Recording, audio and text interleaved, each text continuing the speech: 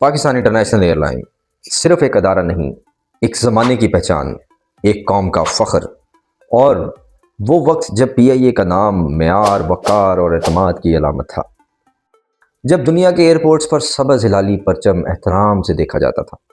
مگر پھر وقت بدلا، بد انتظامی، سیاسی مداخلت اور غلط فیصلوں نے اس قومی اثاثے کو آہستہ آہستہ کمزور کر دیا۔ اربوں روپے کا نقصان، منسوخ ہوتی پروازیں، عالمی سطح پر بد اعتمادی اور یورپی فضائی پابندیاں، یہ سب خبریں ہی نہیں تھیں، یہ ایک قوم کے اعتماد پر لگنے والے زخم تھے۔ انہی تلخ حقائق کے درمیان حکومت پاکستان نے ایک مشکل مگر فیصلہ کن قدم اٹھایا، پی آئی اے کو سرکاری کنٹرول سے نکال کر نجی شعبے کے حوالے کرنے کا فیصلہ۔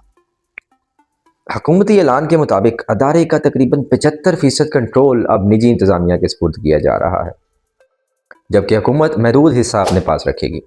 موقف یہ ہے کہ اس تبدیلی کا مقصد پی آئی اے کو سیاسی اثرات سے بچانا ہے اور پیشہ ورانہ بنیادوں پر کھڑا کرنا اور قومی خزانے پر بوجھ کو کم کرنا ہے۔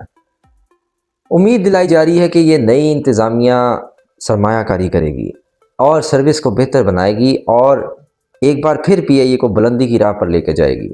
مگر قوم کے دل میں سوال آج بھی زندہ ہے، کیا اسے نجی اداروں کو بیچ دینے سے یہ اتنا بڑا ادارہ دوبارہ اپنے پیروں پہ کھڑا ہو جائے گا؟ زخم بھر جائیں گے؟ کیا ملازمین کا مستقبل محفوظ رہے گا؟ اور سب سے بڑا سوال، کیا یہ قدم واقعی ایک نئی شروعات ہے یا پھر ایک مجبوری کی وجہ سے ہوا؟ کیونکہ ادارے کاغذی فیصلوں سے نہیں، دیانت، میرٹ اور سچی نیت سے دوبارہ کھڑے ہوتے ہیں۔ اگر پی آئی اے کو واقعی بچانا ہے تو یہ فیصلہ انجام نہیں، لیکن ذمہ دارانہ آغاز ضرور ہونا چاہیے، کیونکہ جب ادارے مضبوط ہوتے ہیں تبھی قومیں سر اٹھا کر چلتی ہیں۔ اگر آپ میری بات سے اتفاق کریں تو اس ویڈیو کو ضرور شیئر کیجیے گا۔